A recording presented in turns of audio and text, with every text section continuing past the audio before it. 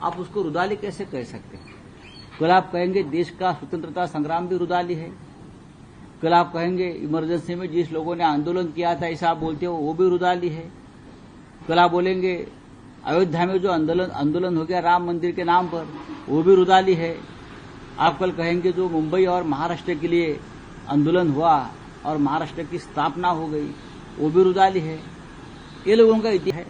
महाराष्ट्र का आंदोलन एक संघर्ष है, चाहे भाषा का आंदोलन हो चाहे महाराष्ट्र निर्माण का आंदोलन हो, हमेशा हम लोग संघर्ष करते आए हैं। छत्रपति शिवाजी महाराज का जो आंदोलन हो गया था, जो लड़ाई हो गई थी, उनको वे लोग रुदाली कहेंगे।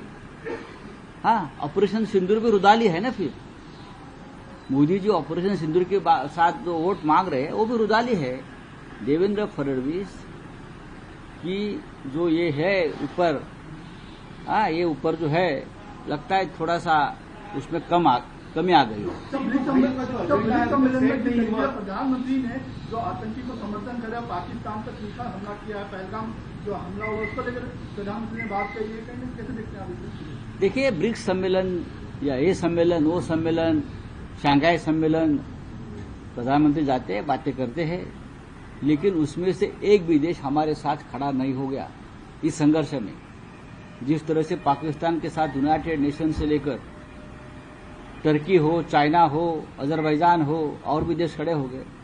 क्या मोदी जी विदेश घूम रहे हैं, सम्मेलन कर रहे हैं, क्या एक देश हमारे साथ खड़ा हो गया? उसका जवाब दीजिए। एजेंडा जो है सेट नहीं किया गया है कि जो रोजगार मुद्दा है काफी हद तक बड़ा हो चुका है, तब तक इस मुद्दों का नॉर्मली खुलासा हो पाएगा। हमारा जो अगला एजेंडा किस तरीके से रहेगा? कौन सा एजेंडा? आपका और जो मंत्री का जो ड्यूटी है तो एजेंडा करेंगे ना हम। कॉमन मिनिमम प्रोग्राम जो आपकी भाषा में जो कॉमन मिनिमम प्रोग्राम बनना चाहिए ना वो बनेगा। साहब, एक सवाल है कि राज्य के मंत्री आशीष शेलार कहते हैं कि पहलगाम में जिस तरह से लोगों को उनका धर्म पूछ के मारा गया, उसी तरह मुंबई महाराष्ट्र में लोगों को उनकी भाषा पूछ के नहीं, ये गलत है। हमारे जो मंत्री है वो सांस्कृतिक मंत्री है, लेकिन मुझे लगता है उनको बहुत से महाराष्ट्र के संस्कार सीखने पड़ेंगे। महाराष्ट्र में इस प्रकार का कोई हादसा नहीं हुआ है कि जाति पूछकर या भाषा पूछकर मारा है।